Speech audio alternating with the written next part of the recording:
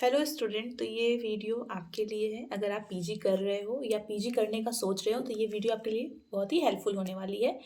तो जैसा कि मैं बता रही हूँ आपको यहाँ पे पीजी का मैं सिलेबस के बारे में बताऊँगी। तो मैं यहाँ पीजी का कंप्लीट पीडीएफ लेकर के नहीं आई हूँ, क्योंकि जो मेरा पीजी का पीडीएफ सिलेबस, अगर आप जूलॉजी से हो तो मेरी आप चैनल में जा करके, प्रोफाइल में जा करके देख सकते हो। वहाँ पे वीडियो अपलोडेड है। आई थिंक वो शॉर्ट्स में चला गया होगा, क्योंकि वो 3 मिनट्स के अंदर है ना, तो इसलिए तो आप जा करके चेक कर सकते हो जूलॉजी कंप्लीट सिलेबस। ठीक है। तो मैं आपको बताने वाली हूँ पीजी के बारे में। ये 2 ईयर की डिग्री है जिसमें 4 सेमेस्टर्स होती हैं। तो और ये इसमें टोटल 16, तो ये ना टोटल 1600 मार्क्स की होती है, यानी कह सकते हैं 1600 मार्क्स की होती है। तो इसमें 1 ईयर में 2 सेमेस्टर और नेक्स्ट अदर ईयर में 2 सेमेस्टर, यानी टोटल 4 सेमेस्टर। जैसे मैं बताई 6 मंथ में 1 सेमेस्टर एग्जाम हो जाती है आप लोग की। तो बता दूं मैं, इसमें फर्स्ट सेमेस्टर में आपका जो आपका पेपर है, जैसे कि आप फिजिक्स से हो, जूलॉजी से हो या फिर बॉटनी से हो, तो आपका 1 सेमेस्टर में आपका 4 पेपर होगा जो कि मेन होगा। लेकिन आपका जो ये सेमेस्टर 1 है वो 500 का एग्जाम होगा। जैसे कि आप देख सकते हैं फुल मार्क्स, एफएम से फुल मार्क्स है जो कि 500 का होगा, जिसमें 100 जो है वो एक्स्ट्रा पेपर है। और जो 400 है मेन पेपर में लिख रखी हूँ। मेन पेपर मीन्स आप जो सब्जेक्ट चूज किए हो, ठीक है। और जिसमें पासिंग मार्क्स आपका 225 है, 225, जिसमें आपका एक्सटर्नल 70 मार्क्स का होगा एंड 30 मार्क्स आपका इंटरनल, जो आपके कॉलेज में ही होंगे। तो पहले इंटरनल एग्जाम होगा, फिर आपका एक्सटर्नल होगा। इंटरनल आपके कॉलेज में होगा और एक्सटर्नल जो है आपको उसके लिए सेंटर्स मिलेंगे। तो ये था आपका सेमेस्टर 1 के बारे में, जिसमें आपका 400 का पेपर होगा। लेकिन आपका ना ये जो मेन रिजल्ट आएगा ना सेमेस्टर 4 का, उसमें आपको 1600 ही फुल मार्क्स दिखेंगे और आपका ये मार्क्स कहीं ऐड नहीं होगा। लेकिन आपको इसमें पास होना कंपलसरी है, ठीक है। आपको पास होना होगा ये एक्स्ट्रा पेपर में। तो जैसे कि मैं आपको बता दूं, इसमें जो उसमें आप देख सकते हैं सीसी करके आपका पेपर रहेगा। CC1, CC2, CC3 और CC4 करके सेमेस्टर 4 में। जो CC4 है वो प्रैक्टिकल है, यानी आपका 3 पेपर होगा जो कि आपका थियोरेटिकल है, एंड जो CC4 है वो प्रैक्टिकल है। आप जाकर चेक कर सकते हैं। तो अब हम लोग चलते हैं नेक्स्ट सेमेस्टर 2 के बारे में। तो 30 मार्क्स आपका इंटरनल है, आपको इतना याद रखना है। वो सब में होगा, सब में वो रहेगा आपका 70 का एक्सटर्नल और 30 का इंटरनल। ठीक है। तो आप सेमेस्टर 2 देख सकते हैं। तो जैसे कि गाइज अब मैं सेमेस्टर 2 पर आ चुकी हूँ, उसके बारे में बताने। जैसे कि आप देख सकते हैं एफएम से फुल मार्क्स है, और जो मैं जेई लिखी हूँ उधर एक्स्ट्रा पेपर लिख रखी थी, उधर जेई जो लिखी हूँ। तो आप कंफ्यूज मत होना। GE means general elective paper, ठीक है। ये आपका ऐसे ही चूज करने का आएगा कि आप इसमें क्या ले सकते हैं। कुछ अलग ही जनरल पेपर आ जाते हैं आपके सब्जेक्ट्स, कहीं कहीं तो ऑटोमेटिक आपको वही चूज करना होता है, ऐसा हो जाता है। तो खैर छोड़िए वो सब के बारे में, उसमें बस पास होना रहता है। तो आपके यहाँ पे जो सेमेस्टर रिजल्ट्स आएंगे, आपको उसमें फुल मार्क्स 600 के दिखेंगे, बट आपका जो मेन पेपर है वो 500 का ही होगा। और आपका मार्क्स भी ना 500 के अकॉर्डिंग वहाँ पे सेट किया जाएगा। ये नहीं कि आप एक्स्ट्रा पेपर दिए तो उसमें भी अगर आपका 50 वगैरह आ रखा है तो वो ऐड हो जाएगा। नहीं, वो आपका ऐड नहीं होगा। आपका बस फुल मार्क्स 60, 100, मतलब सॉरी, फुल मार्क्स आपका 600 दिखेगा। लेकिन आपका जो मेन पेपर का जो मार्क्स होता है ना 500, आपको उसी के अकॉर्डिंग आपको मार्क्स मिलेगा, ठीक है। तो इसमें आप देख सकते हैं सेमेस्टर 2 में आपका फुल मार्क्स 600, मेन पेपर आपका मतलब 500, ऐसा लिखा नहीं रहता, बट मैं आपको लिख दी हूँ ताकि आप बाद में कंफ्यूज ना हो। और आपका जो पासिंग मार्क्स है 270, ठीक है। और तो अब हम लोग और इसमें आपका क्या आता है ना guys, CC5, CC6, CC7, CC8 ऐसे करके होते हैं पेपर। और उसमें यूनिट नेम आप देख सकते हैं, जो कि मैं सिलेबस अपलोड कर रखी हूँ।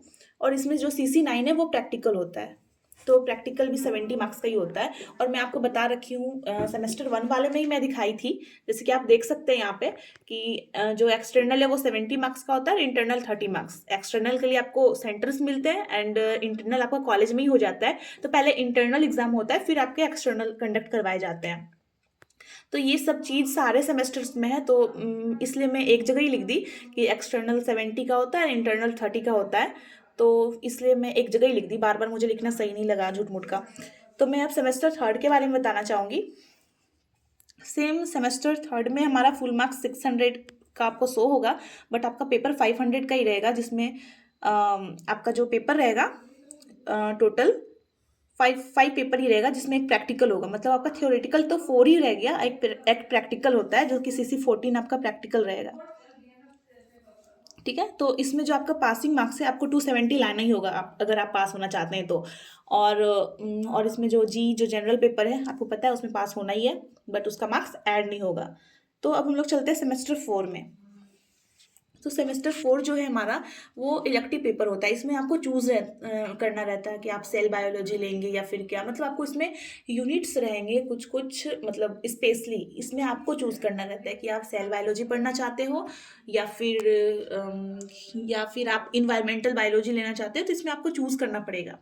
तो इसमें इलेक्टिव पेपर्स आते हैं, वो भी आपको मेरा जो सिलेबस वीडियो है तो उस वाले में आपको दिखेगा कि आप सेमेस्टर 4 में ईसी करके इलेक्टिव पेपर लिखा रहेगा, आप उसमें क्या लेना चाहते हैं तो वो आपको सिलेबस में सारा वीडियो दिख जाएगा। मतलब मैंने पूरा PDF का वीडियो बना के अपलोड कर रखा है। तो इसमें 300 फुल मार्क्स दिखेगा, जैसे कि मैं आपको बताई हूँ आपको 300 का एग्जाम देना पड़ेगा, लेकिन इसमें 2 पेपर जो है वो आपको एग्जाम में लिखना पड़ेगा। 1 पेपर आपका जो थियोरेटिकल होता है वो, एंड 1 पेपर आपका जो होगा प्रैक्टिकल। ठीक है, तो सेम प्रोसेस आपका 70 आपको लिखना रहेगा एक्सटर्नल जाके, और इंटरनल आपका 30 एग्जाम में और 70 आपका प्रैक्टिकल होगा। मतलब जो 200 का है हमारा पेपर, 100 तो आपको 100 तो हमारा वो थियोरेटिकल हो गया, 100 हमारा प्रैक्टिकल हो गया। तो जिसमें हम लोग 70 एक्सटर्नल जाएंगे और 30 इंटरनल मिलेगा, और प्रैक्टिकल हमारा सेम वही प्रोसेस है। प्रैक्टिकल का भी आपका इंटरनल एग्जाम होगा गाइस, तो आप ये भूलिएगा नहीं। तो प्रैक्टिकल भी आपको 30 का आपको इंटरनल देना पड़ेगा, और एक्सटर्नल में भी मतलब कॉलेज में ही आपका एक्सटर्नल होता है प्रैक्टिकल के लिए। उसमें क्या होता है ना, बस आपके बाहर से टीचर्स आ जाते हैं, आपके कॉलेज में ही होगा लेकिन आपके टीचर्स एक्सटर्नल रहते हैं एक्सटर्नल एग्जाम में, प्रैक्टिकल में। ठीक है, तो इसमें जो फुल मार्क्स है आपका, मैं बता दी आपको 200 का पेपर होता है हमारा लास्ट सेमेस्टर में, कम हो जाते हैं धीरे धीरे, और बट आपको 300 होगा।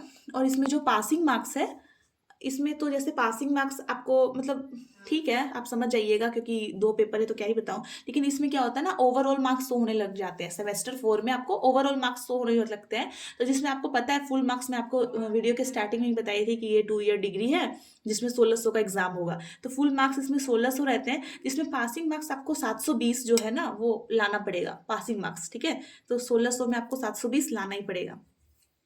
तो और आप देख सकते हो ना, ये जो 1600 का जो आपका ये 2 साल का जो डिग्री है 1600 मार्क्स की, तो इसमें आप काउंट कर लीजिएगा। जैसे कि मैंने आपको सेमेस्टर 1 में बताया था, सेमेस्टर 1 में मैं आपको बताई थी ना, जैसे कि 400 हमारा, तो 400 इधर, सेमेस्टर 2 का फिर 500, फिर सेमेस्टर 3 का 500, एंड सेमेस्टर 2 का 200, सॉरी 4 का 200, सेमेस्टर 1 का 400 एंड 2 का 5, 3 का 500 और 4 का 200। आप ओवरऑल काउंट करेंगे तो आपका 1600 आ जाएगा, यानी 1600 आपका आ जाएगा। तो तो यही था हमारा फुल सिलेबस का वीडियो कि कौन सा पेपर कितने मार्क्स का हो रहा है, कौन कौन सा सेमेस्टर। तो अगर आपको सिलेबस देखना है, मैं अभी भी फिर से बोलूँगी, अगर आप जूलॉजी के हो तो आप मेरे प्रोफाइल में जाकर के चेक कर सकते हो सिलेबस, और कौन सा पेपर कितने मार्क्स का है वो मैं आपको बता दी। तो मैं आपको बता दी सारे सेमेस्टर्स कितने एग्ज़ाम के होते हैं और क्या रिक्वायरमेंट्स है पासिंग के लिए, वो सब मैं बता दी। अगर फिर भी आपकी कोई डाउट हो तो you can ask me in comment box. तो आप मुझे कमेंट कर सकते हैं कि मुझे ये प्रॉब्लम हुई है, तो मैं कोशिश करूँगी कि मैं आपको रिप्लाई करूँ और उसके अकॉर्डिंग मैं कोई वीडियो बना दूँ अगर वैसा कुछ हो तो। Thanks for watching. अगर अच्छा लगा हो तो लाइक करें, शेयर करें एंड सब्सक्राइब करें हमारा चैनल। और बेस्ट ऑफ लक आपके आगे की जर्नी के लिए। अगर आप पीजी करना चाह रहे हो तो बहुत अच्छी बात है। और गाइज आप ये मत सोच कर चलना, अगर आप पीजी कर रहे हो, ऑफकोर्स अगर आप नेट के लिए कर रहे हो तो आप ना ये मत देखना कि वहाँ पे 55 मांगा जाता है एटलीस्ट फॉर्म फिलअप करने के लिए। तो आप ये सब मत सोच के चलना 55, आप ये रखो ना कि हमें अपने सब्जेक्ट में बेस्ट करना है। और भाई आप फर्स्ट डिवीजन यानी 60% से कम तो बिल्कुल मत सोचना, अगर आप सच में CSIR क्लियर करना चाहते हो तो गाइज। और आप कोशिश करो ना कि उस यूनिट को ना आप हर सेमेस्टर में कंप्लीट करो, क्योंकि ना बहुत सारा यूनिट ना बिल्कुल मिलता जुलता रहता है CSIR के। अगर आपको अगर आप चेक कर सकते हो, क्योंकि मैं आपको जूलॉजी के बारे में बता सकती हूँ, जैसे CSIR लाइफ साइंस के बारे में, जैसे उसमें जेनेटिक्स वगैरह है, जो कि हमारे सेमेस्टर फर्स्ट में ही आपको जेनेटिक्स मिल जाएगा, एंड मॉलिक्यूलर बायोलॉजी, ये सब तो मेन मेन यूनिट्स है फॉर CSIR नेट। तो मैं तो यही कहूँगी कि आप स्टार्टिंग से अच्छे से पढ़ो।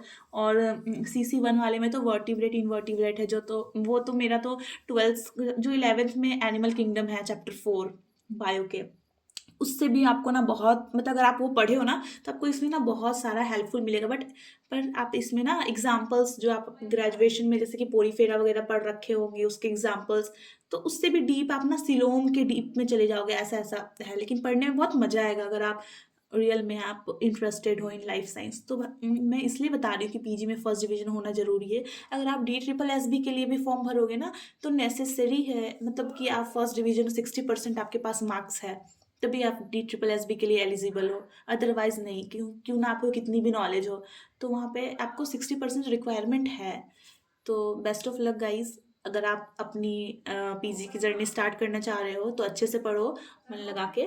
और लास्टली, बाय।